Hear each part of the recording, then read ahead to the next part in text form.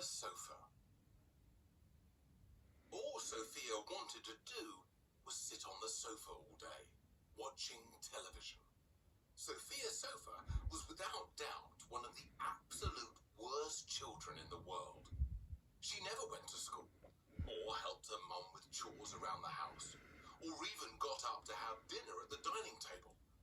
All she did was sit and watch TV. It didn't matter what was on. Soap operas, game shows, detective shows, gardening programs, talent shows, cartoons, political programs, even shows about old boring junk that the presenter pretended were priceless antiques. As long as the screen was flickering, Sophia was glued to it. Adverts were her absolute favorite. Sometimes she felt that the programs got in the way of the adverts. All day and all night, Sophia would sit slumped on the sofa in front of the TV, eating and watching. Crisps, biscuits, cake, sweets and chocolate were her favorite foods to gobble as she watched. If an advert came on for crisp, biscuit, cake, sweets or chocolate, then she would shout out to her mum to bring her more. "Mother!" she would yell. "Chocolate! Now!"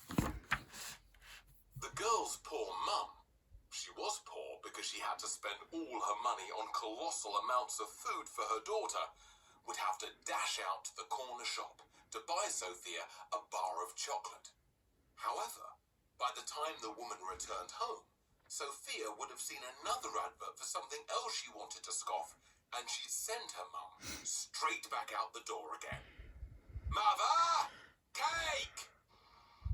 Watching and eating, eating and watching. That is all Sophia did. Her eyes had actually become square from staring at the box all day.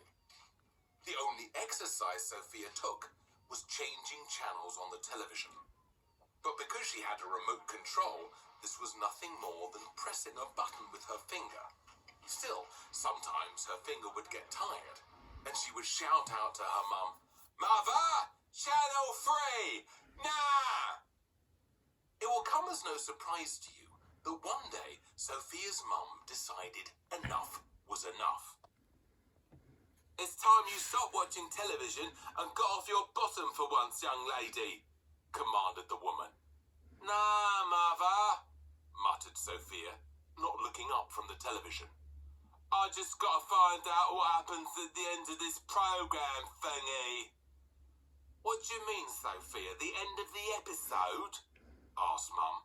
"Nah, the end of the series," replied Sophia's sofa.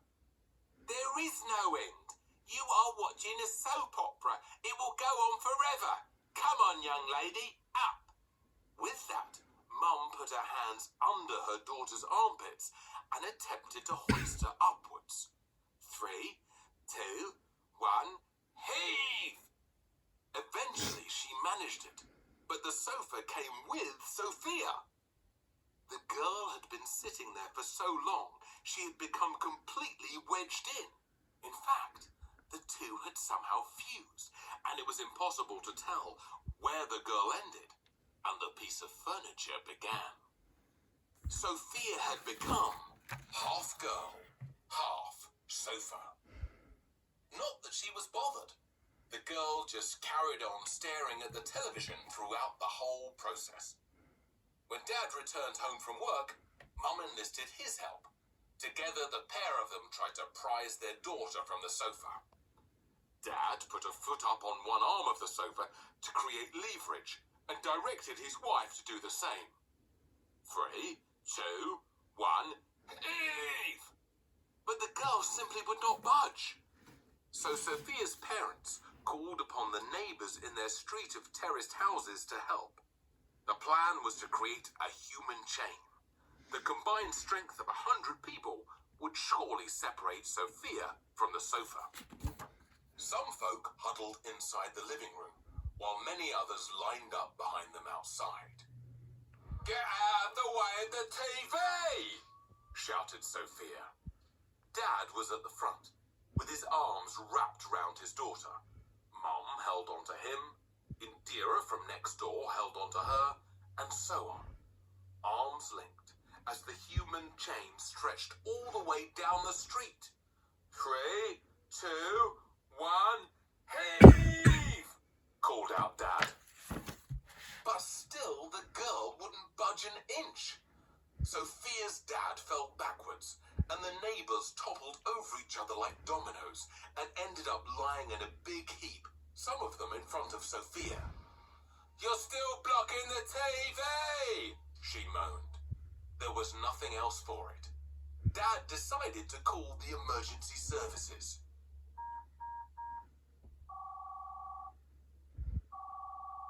"What service do you require?" said the operator. "Police, fire or ambulance?" "I'm not sure," began Dad as Mum looked on anxiously. "You see, my daughter has become attached to a sofa."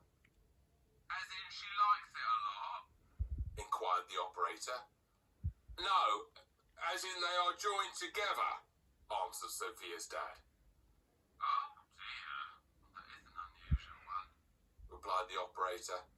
"We had a man the other day whose bottom had become jammed in a bucket, and a lady whose head had become lodged in a melon. But we've never had anyone wedged in a sofa. I could send the fire brigade to cut her out." "That seems a bit drastic," said Dad. "Keep it down, I is watching TV!" shouted Sophia. "What was that?" asked the operator. "Nothing," whispered Dad. "Just my lovely daughter, the one who is half girl, half sofa." "Oh, The operator thought for a moment. I could send the police to arrest somebody." "Who?" asked Dad. "The sofa?" Sophia's dad pondered this. No. The sofa hasn't done anything wrong and we rather like it."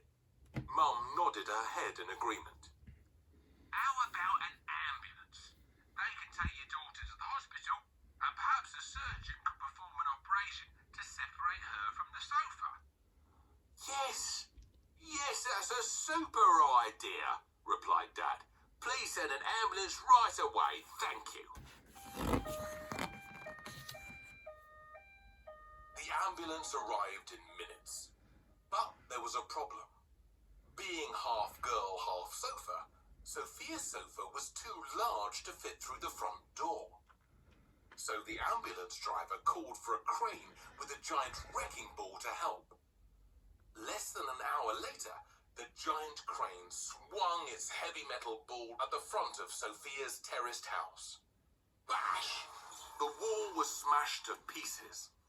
As a cloud of dust enveloped everyone in the street, still Sophia sat watching her beloved television. "Get that dust out of me way now! I can't see the TV!" she shouted.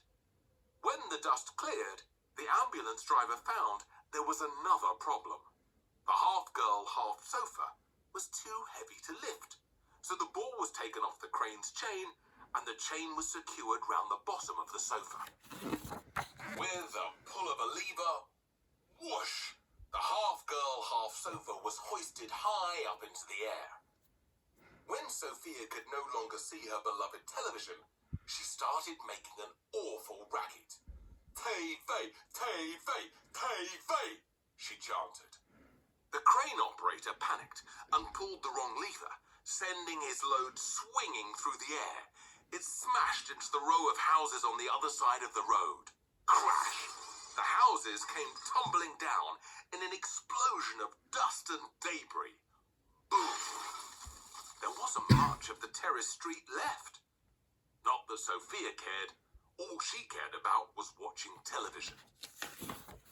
When the noise of falling brickwork and the screams of innocent bystanders had subsided, all that could be heard was the girl chanting loudly, "TV, TV, TV, TV, TV, TV!" As quickly as she could, the ambulance driver opened the back doors of her vehicle. The crane driver attempted to swing the half-girl, half-sofa inside. After around 500 tries, it became clear it was not going to fit. So the ambulance driver had an idea.